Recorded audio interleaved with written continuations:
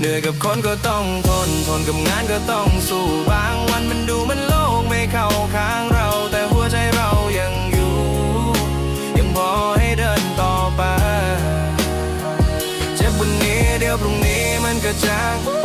ท้อวันนี้เดี๋ยวแรงมันก็กลับมาเหนื่อยกับคนทนกับงานแต่เรายังมีความฝันที่ยังรออยู่ข้างหน้าบางทีอย่างนี้แต่ชีวิตมันหนีไม่พ้นต้องทนกับคนที่ไม่เข้าใจเราเลยสักหนต้องยิ้มในวันที่หัวใจมันร้องต้องทำเป็นเข้มแข็งทั้งที่แทบไม่เหลือแรงจะยืนโตมาถึงวันนี้เพราะผ่านมาหลายทีเจ็บจนรู้ว่าโลกไม่ได้ใจดีแต่ถึงมันยากเราก็ยังต้องเดินเพราะชีวิตนี้มันเป็นของเราไม่ใช่ของใครคนอื่นถ้าวันนี้มันไม่ดีก็แค่วันหนึ่งพรุ่งนี้เราเริ่มใหม่ได้อีกครั้งต่อให้คนไม่เข้าใจ